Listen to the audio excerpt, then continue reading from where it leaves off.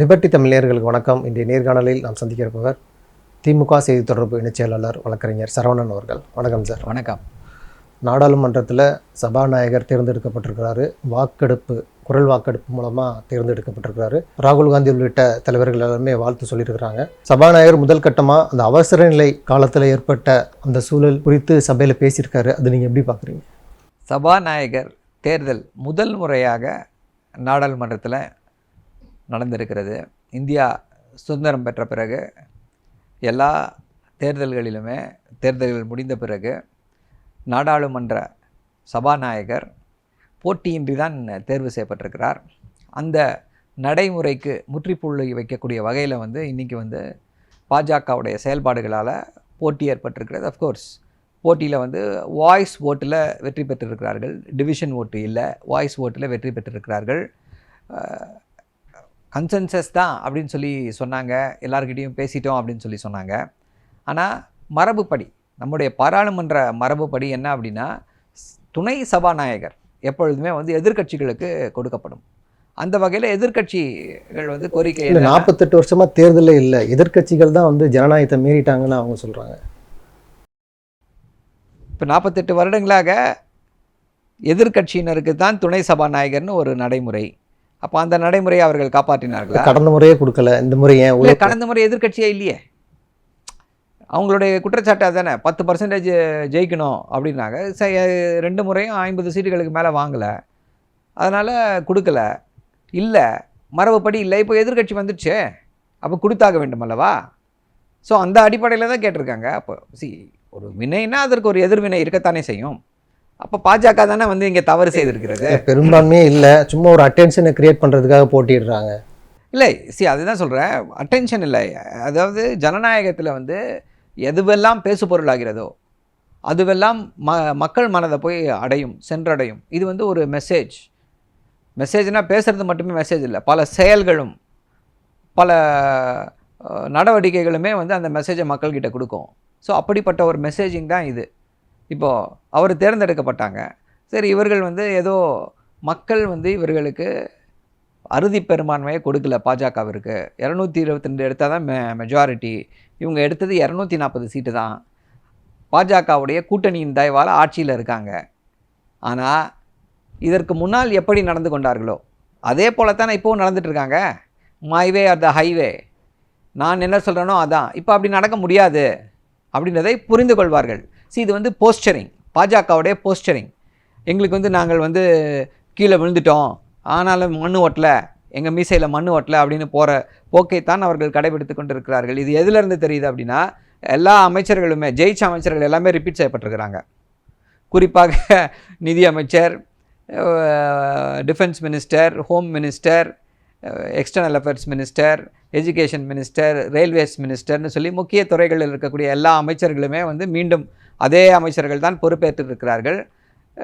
இவர்களுக்கு இன்னொரு அடையாளமும் இருக்கிறது, அது நம்ம பேச வேண்டாம் அதை பற்றி. ஸோ இவர்கள் எல்லாமே ரிப்பீட் செய்யப்பட்டிருக்கிறார்கள்.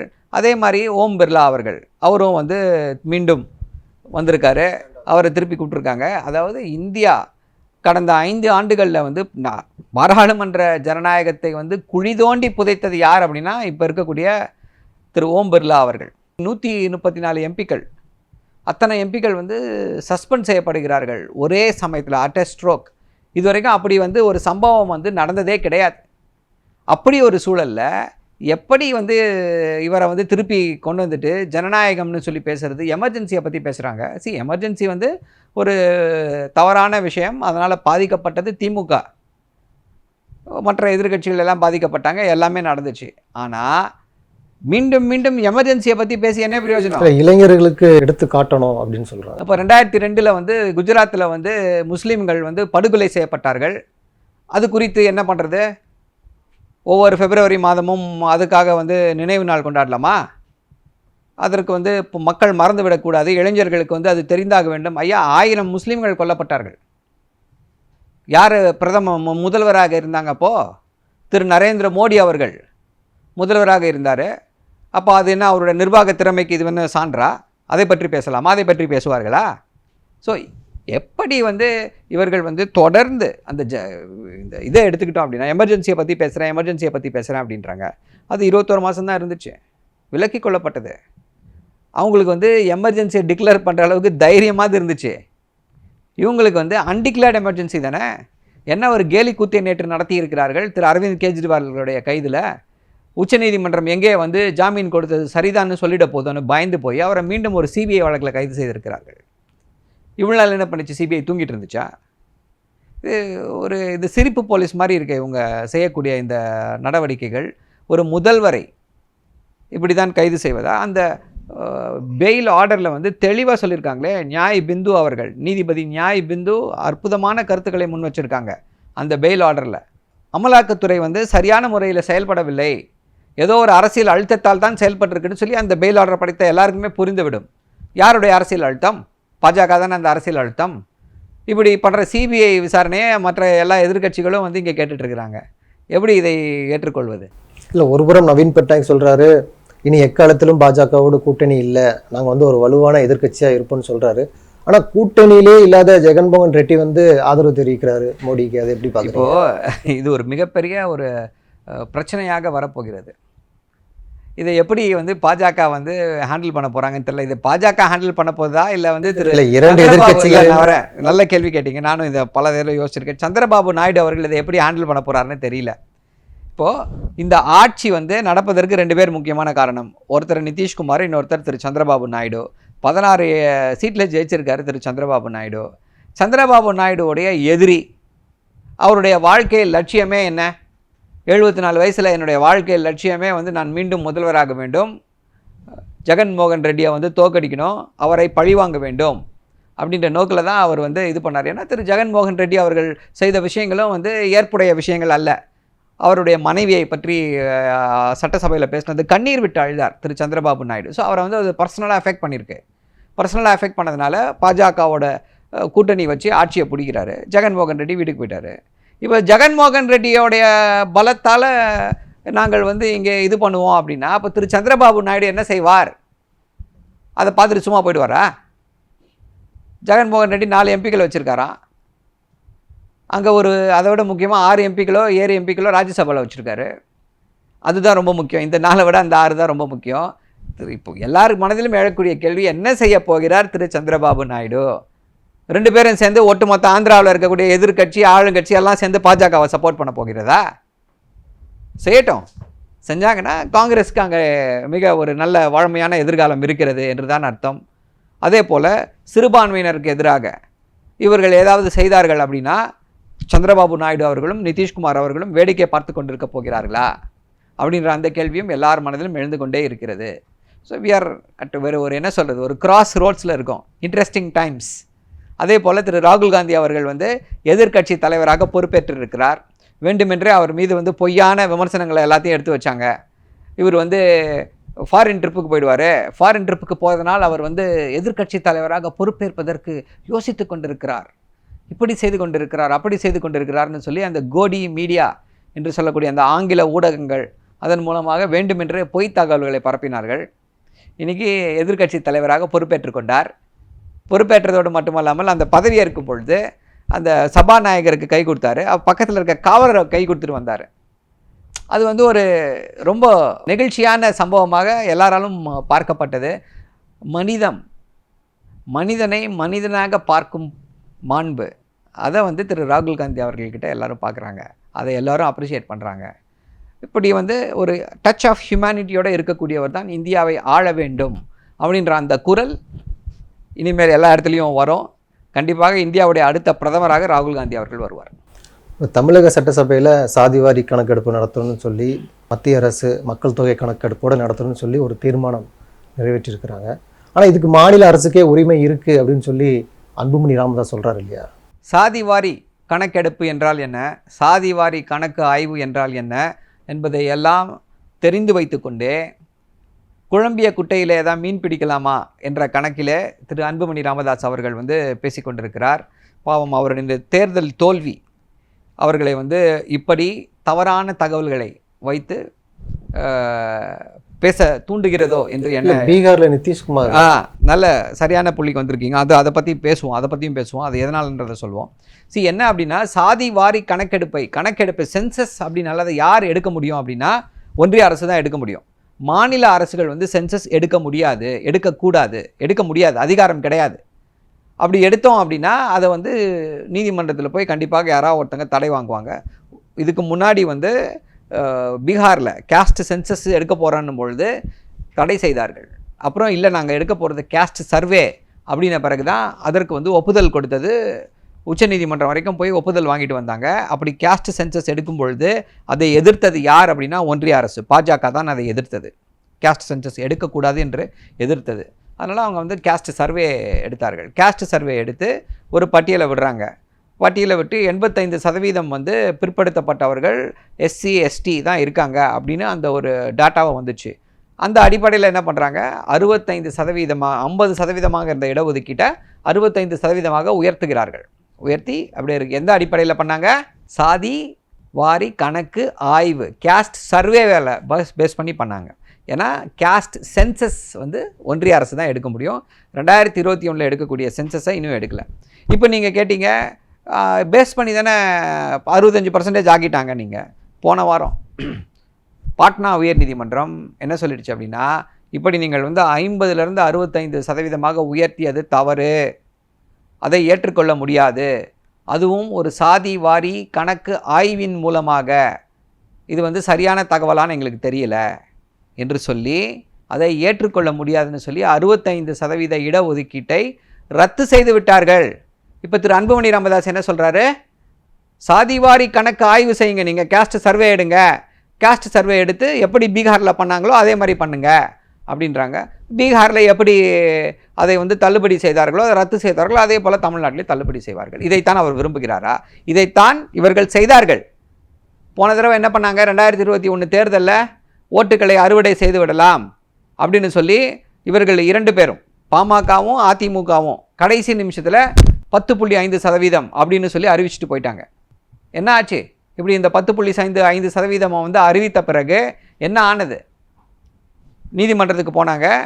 சரியான தரவுகள் இல்லாமல் எப்படி நீங்கள் இதை கொடுக்க முடியும் என்று சொல்லி அதை வந்து ஸ்டால் பண்ணிட்டாங்க, ரத்து செய்து விட்டார்கள். இதை வந்து இன்னொன்று எதோட பொருத்தி பார்க்கலாம், இந்த 10.5% உள் இடஒதுக்கீட்டை 2008 வந்து தலைவர் கலைஞர் அரசு அருந்ததியர்களுக்கு கொடுத்தது. அருந்ததியர்களுக்கான உள் இடஒதுக்கீட்டை கொடுத்தது. 1% உள் இடஒதுக்கீடு கொடுத்தாங்க. எந்த அடிப்படையில் கொடுத்தாங்க? 2001 caste census. Justice Janardhanan commission வந்து 2001 கேஸ்ட் சென்சஸில் வந்து என்ன சொல்கிறாங்க, அருந்ததியர்கள் வந்து almost 15% of the SC population இருக்காங்க, அவங்களுக்கு ரெப்ரசன்டேஷன் இல்லை அப்படின்னு சொல்லி கொடுத்தாங்க. ஸோ இதிலிருந்து என்ன தெரிகிறது? அப்போ அதிமுகவும் பாமகவும் தேர்தலுக்காக வாக்குகளை அறுவடை செய்து விடலாம் என்ற நோக்கில் ஒரு ட்ராமாவை போடுறாங்க. இப்போ அந்த ட்ராமாவை திருப்பி மெயின்டைன் பண்ணுறாங்க. இவ்வளவு தரவுகள் இருந்தும், பொதுவெளியில் இவ்வளவு விஷயங்கள் இருந்தும், திரு அன்புமணி ராமதாஸ் அவர்கள் வந்து தமிழ்நாடு அரசு இரட்டை வேடம் போடுகிறது அப்படின்னு சொல்லி போய் சொல்லி கொண்டு திமுக நோக்கி கேள்வி. தொடர்ந்து திமுக அரசு கூட்டணி யார் கூட இருக்காங்க? பாஜகவோடு தானே இருக்காங்க. நெருங்கிய கூட்டணியாச்சே. தொடர்ந்து 10 வருடங்களாக கூட்டணியில் இருக்காங்களா?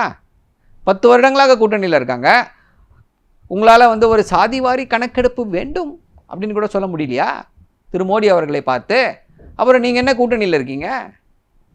எதற்காக இந்த கூட்டணி? கொள்கை கூட்டணியா இல்லை வேற ஏதாவது கூட்டணியா? இது உங்கள் கொள்கையை வந்து வலியுறுத்த கூட முடியலையே, அப்புறம் இங்கே வந்து வீரவசனம் பேசி என்ன பிரயோஜனம்?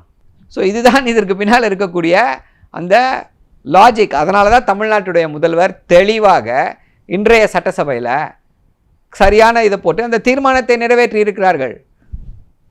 தயவு செய்து கேஸ்ட் சென்சஸ் எடுங்க, யார் எவ்வளோ பேசிஸில் இருக்காங்கன்னு பார்த்து அதுக்கேற்ற மாதிரி ப்ரொபோஷனேட்டாக இன்க்ரீஸ் பண்ணுங்க அப்படின்னு சொல்லியிருக்காங்க. இப்போது தமிழக சட்டப்பேரவையில் அப்பாவு வந்து சபாநாயகராக இல்லாமல் ஒரு அரசியல்வாதியாக செயல்படுறாரு, சஸ்பெண்ட் பண்ணுற நடவடிக்கையில் ஈடுபடுறாரு. அதாவது ஒரு முக்கியமான விவாதங்களை விவாதிக்காத அந்த சட்டசபைக்கு நான் ஏன் வரணும் அப்படின்னு எடப்பாடி பழனிசாமி கேட்குறாரு. இல்லை, அது வந்து ட்ராமாங்க, பியூர் ட்ராமா. இப்போது கள்ளக்குறிச்சி சம்பவத்தை வந்து விவாதத்திற்கு ஏற்க மறுத்தால், இல்லை விவாதிக்கவே மாட்டோம், இதை பற்றி பேசக்கூடாது, பேச முடியாது அப்படின்னா நீங்கள் சொல்வது நியாயம். முதல்வர் முதல் நாளிலிருந்து என்ன சொல்லிட்டு இருக்காரு? நான் தயாராக இருக்கிறேன், விவாதத்திற்கு வாருங்கள். இது ஏதோ இந்த சம்பவத்தை வந்து குறித்து பேசுவதற்காகவோ இல்லை இதுக்காகவோ என்ன பொறுப்போ அந்த பொறுப்பை ஏற்றுக்கொள்ள தயாராக இந்த அரசு இருக்கிறது. இந்த அரசு பொறுப்பே இருக்கிறது. தவறு நடந்திருக்கிறது, மெத்தனமாக இருந்து விட்டார்கள் அப்படின்னு சொல்லி எல்லாமே சொல்லிகிட்டு இருக்காங்க. இப்போ இவர்களுக்கு என்ன அப்படின்னா, பேசிட்டா முடிஞ்சிடுமே.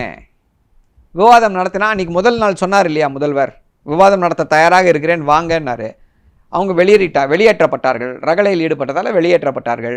அப்பொழுதும் என்ன சொன்னார் முதல்வர், அவங்களுக்கு மீண்டும் நீங்கள் வந்து அவங்கள ரெக்வஸ்ட் பண்ணுங்கள், வரட்டும், வந்து விவாதத்தில் கலந்துக்கிட்டோம் அப்படின்னாங்க. இப்போ யார் கலந்துக்காமல் போகிறா? சரி, அவங்களுக்கு என்னென்னா தேர்தலில் தோத்துட்டாங்க, 2024 தேர்தலில் ஒரு படுதோல்வியை சந்தித்திருக்கிறார்கள். இதை மாதிரி ஏதாவது ஒன்று பண்ணி ஒரு லைவில் இருக்கலாமா அப்படின்ற அந்த அடிப்படையில் தான், அந்த அரசியல் கணக்கில் தான் இவர்கள் இதை செய்து கொண்டிருக்கிறார்களே தவிர, இவர்களுக்கு வந்து அங்கே வந்து கள்ளக்குறிச்சியில் வந்து மக்கள் பாதிக்கப்பட்டிருக்கிறார்களே, அதற்கு வந்து நிவாரணம் இந்த அரசு சரியாக நிவாரணம், அதுதான் சொல்கிறேன். இப்போ நிவாரணம் வந்து சரியான முறையில் இருக்கிறதா இல்லையா, சிகிச்சைகள் கொடுக்கப்படுகிறதா இல்லையா, அதைத்தான் வந்து பார்க்கணுமே தவிர, நீங்கள் வந்து யார் இதற்கு காரணமோ அவர்கள் மீது நடவடிக்கை எடுக்கப்பட்டு வருகிறது. இல்லை யாரையாவது இந்த அரசு பாதுகாத்து கொண்டு இருக்கிறதா, இல்லை இவர்கள் குற்றம் சொன்ன ஆட்கள் யார் மேலேயாவது வந்து நடவடிக்கை இல்லாமல் செய்திருக்கிறார்களா? அப்படிப்பட்ட குற்றச்சாட்டுகள் எதுவுமே இல்லை. ஆனால் பொள்ளாச்சி பாலியல் சம்பவத்தில் என்ன நடந்துச்சு? அதிமுகவினர் வந்து அதில் சம்மந்தப்பட்டிருந்தாங்க, அதில் நடவடிக்கை எடுக்கலை. சிபிஐ போன பிறகு தான் அவர்கள் கைது செய்யப்படுகிறார்கள். ஸோ இதுதான் இதற்குள்ளே இருக்கக்கூடிய வித்தியாசம். அதிமுக என்ன செய்ய நினைக்கிறது அப்படின்றத தமிழ்நாட்டு மக்கள் நன்றாக அறிந்து வைத்திருக்கிறார்கள். அதனால் அவர்களுடைய இந்த அரசியல் எடுபடாது. இந்த கள்ளக்குறிச்சி விவகாரம் தொடர்பாக பல்வேறு மனுக்கள் வந்து ஆளுநரிடம் எதிர்க்கட்சி, பாஜக உள்ளிட்ட தலைவர்கள் எல்லோருமே அழைச்சிருந்தாங்க. ஆளுநர் வந்து டெல்லி போயிருக்கிறாரு. அதுக்கு சமூக வலைதளங்களில் பல்வேறு விஷயங்கள் பேசப்படுது. ஆளுநருடைய டெல்லி பயணத்துடைய நோக்கம் என்ன அப்படின்னு கேட்கப்படுது.